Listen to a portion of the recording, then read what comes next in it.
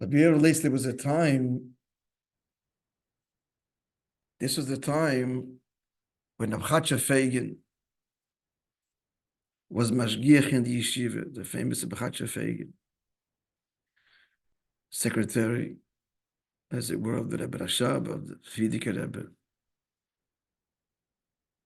So Rabbi relates that before he became Mashgiach in Timchat Mimim, the Hesdes as Mamash, so the Chassidic Rebbe took him for a walk to talk to him. And the result of this discussion is going to decide whether he should be appointed. This is mamash the beginning of Timchat Mimim.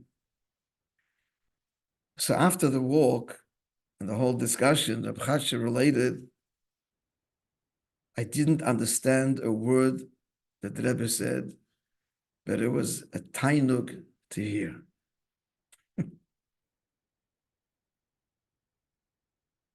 So Rabbi Yel says, you're following the story, that this was exactly the kind of test that the Chassidim wanted to test Reb Chatsha to see whether he would be mashgiach in Timchat Mimim.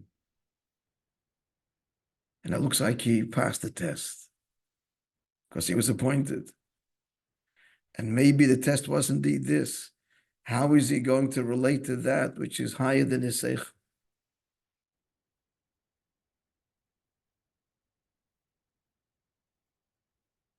In other words, he's going to walk away saying, I know it just was beyond me and couldn't relate to what he was saying. Wasted my time. What was his reaction? It was a tainug d'shmaya, because what did he hear? Not the seichel, but the etzim of the cause, the lekush b'dam is what he heard. And tainug.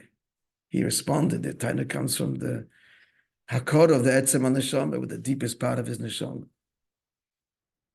The deepest part of his neshama was moved by hearing the chassidus, the words that were said by the Chassidic Rebbe, but not the seichel, but the kus of it all. That's exactly what we're talking about. And so therefore, he was worthy of being mashgiach. I'll just read Rabbi Yel's words here. Sometimes, says Rabbi Yel, the Rebbe speaks chassidus in a way of hashpah, or pnimi, which he speaks, therefore, which means he's speaking to the world of the listeners, that they should understand. And for that, he's mitzamtzem dashpah, and he speaks in the language that's appropriate to the dargah of the Chassidim. And he has to toil to understand the words and to internalize them. But sometimes the Rebbe reveals in a way of oir.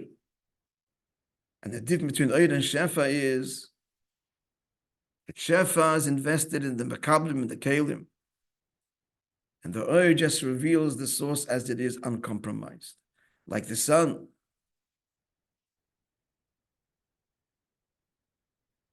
Radiates, irrespective of the matzav of the recipient. Rabbi Yel concludes, it seems that this was the test of Rabbi Chatsha. The Rebbe did not speak on this level, but spoke the way the inyanim were by him. And how the test was, how would he receive this?